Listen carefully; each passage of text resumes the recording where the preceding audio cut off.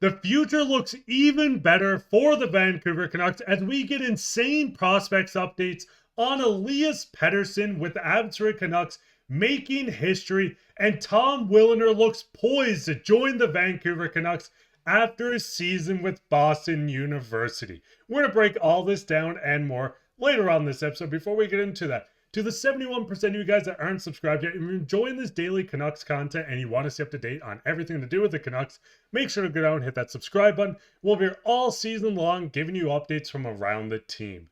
But with that, Griffin, let's just hop straight into the first topic today, which is DPD making the All-Star game for the Abbotsford Canucks and setting some records for the team along his way.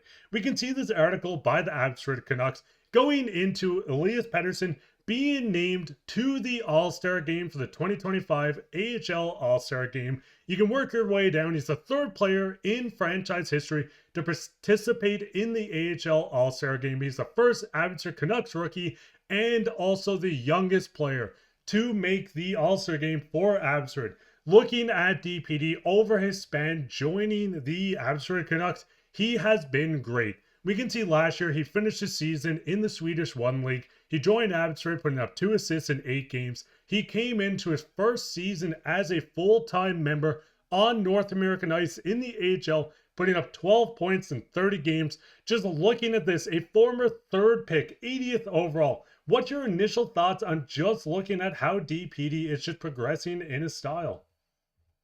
Very well deserved and very well earned for that All-Star game placement. Congratulations to Elias Pettersson, DPD. First and foremost, he's having a great first full season, I should say, on North American ice. Like you said, he's really setting a really nice baseline and foundation for his career when he is able to make that jump to the Vancouver Canucks roster. I think this goes a great way for his development as well. Goes to show that next season he might even be even better. And I'm not going to say maybe, I'm going to make that guarantee. He will be even better. He has continuously gotten better as his career has unfolded, and he's just getting started. We've talked a lot about how Jonathan Lekkerimaki and Arshdeep Bains and all the Tom Willander, who we're going to talk about later on, but we haven't really given DPD the shine that he deserves on this channel. So I'm very happy that we're finally talking about him, and it's coming at a time where he's having a great season, just made records for himself, for the franchise, for the AHL, and for the Abbotsford Canucks as an organization altogether. So it's very nice to see that he is doing this. It goes to show that, hey, as bad as our defensive core is, maybe there's a shot where he jumps into this Vancouver Canucks lineup because they just say, screw it, let's just see what works at this point, and maybe just feed him to the wolves, and maybe he sinks or swims. Who knows? That could be a possibility depending on how bad this defensive core gets throughout the year and just desperate of just trying to find something that sticks. But I'm not going to go and say that's a far cry just yet. So finishing the season in Abbotsford, hopefully they can go on a bit of a playoff run so that he gets some other playoff experience as well. I know they're in a little bit of a shaky state right now. However, I think him coming off of an All-Star break where he was selected and broke all these records will go to show that they can get a little bit of a spark going, hopefully, in Abbotsford. And the biggest thing looking at DPD, he came over as a physical shutdown defenseman to join Abbotsford, and he goes into the season putting up 12 points in 30 games. He's a big defenseman, 6'3", 209 pounds. He might have put more weight on since going through the season so far. But looking at this on this team alone, he's the second young defenseman, and he leads the team, second on the team in scoring when coming from defensemen. But it doesn't stop there. When you're looking at the AHL leaders for the rookie defenseman, he is number 10. Coming into the season, as I said, this was a physical shutdown defenseman. You could see from the first clip the big hits he throws. He can shut down. He has a great two-way and defensive game, but he's starting to really develop on the offensive end, which is exactly what you want from your prospects when you're looking at getting them to promote to the NHL. Now, we did get a quote from general manager Ryan Johnson. He's the general manager of the Abbotsford Canucks. He said, Elias has been a very good start to his pro career in North America. This is a great honor for him, being recognized by other coaches in our division. Prior to joining Abbotsford, Pettersson played 64 SHL games. You can work your way down, see his stats. He won some medals in the junior leagues, in the U18. We've seen him win a silver medal last year with Team Sweden in the U18 World Juniors. But looking at this, Griffin, if the Canucks do go into the sense of, hey, we might need to sell a few players, and we're not going to go into players they'll sell or anything because this is going to be a positive only video. Do you think there's a chance if an injury or if they do move on from some players, we see DPD at least get a game or two going into the end of the season? I think so. I think that's definitely a big possibility. Now, even without a trade, like I said earlier, where this defensive core could be in just such a dire state that they're just like, hey, let's throw anything at the wall and see if it sticks, including feeding our young prospects to the Sharks. So hopefully they doesn't come to that because you don't want to rush somebody before they're ready.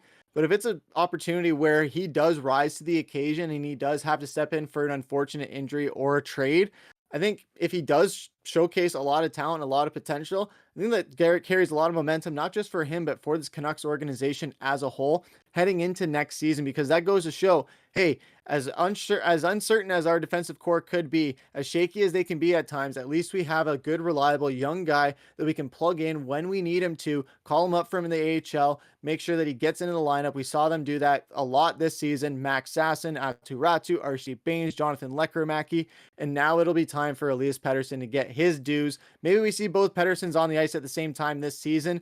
I'm going to say we're going to see it at least one game this season. And that's the biggest thing. But what's your guys' thoughts on DPD's development in the AHL? What do you think he's going to plateau as an NHL player, maybe a top four shutdown guy? Let us know down in the comments. But we're going to continue on to another prospect that is just dominating for the Vancouver Canucks, and that is Tom Willander. Looking at Tom Willander, everyone that's a Canucks fan should know who this is. Former 11th overall pick in 2023, playing for Boston University, just cluing up the World Juniors, where sadly Sweden did not able to medal in this, but he put up 5 points in 7 games.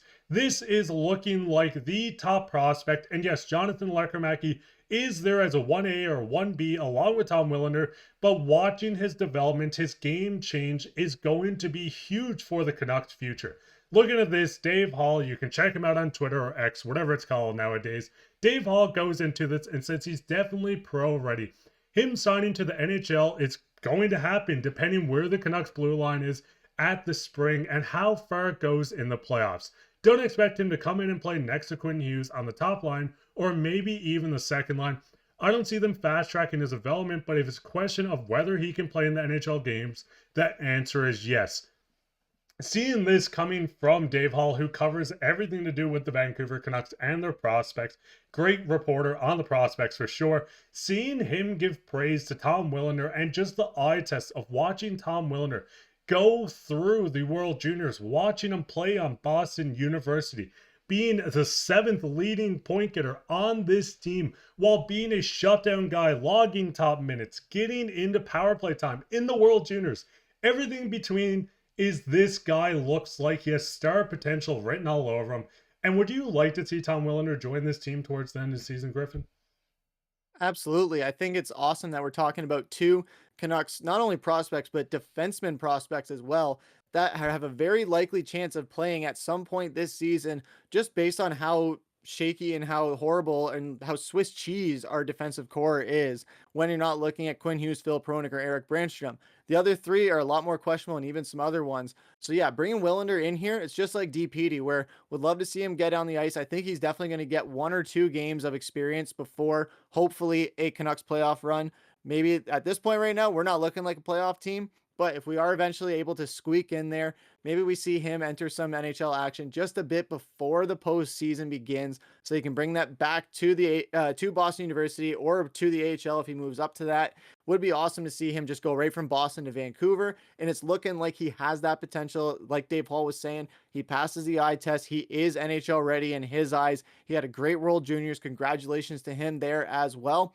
Going to bring that momentum back to Boston, and we're probably going to see his numbers spike up even more in the later half of this season with BU because of the confidence he has playing on the international stage and having this confidence, not only going back to Boston University, but having this NHL ready confidence where he's been on the world stage. He knows what it's like to play on that stage. Now, Boston University, it's a bit more low key, but at least he knows what it's like to play on the big stage for when he gets called up to Vancouver. And the biggest thing is, if you go back and just kind of look at the history of Boston University, they can pump out NHL ready players after the rookie year, the sophomore year, whatever season it is. You can go back and look at Charlie McAvoy, most recently Lane Hudson of the Montreal Canadiens. They know how to develop their defensemen. I mean, we've seen forwards as well, and Macklin Celebrini.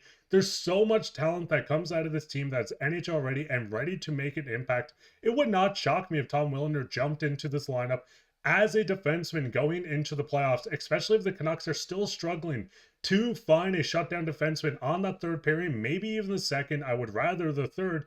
But what's your guys' thoughts on Tom Willander? Would you like to see him join the Canucks if they do make a big playoff push? Maybe he's the defenseman that a lot of people are talking about to trade for. We already have in our system. But what are your guys' thoughts on this? Go down and leave a comment below. While you're down there, leave a like, subscribe, share this with your friends. We'll be back tomorrow with another episode, so keep your eye out for that.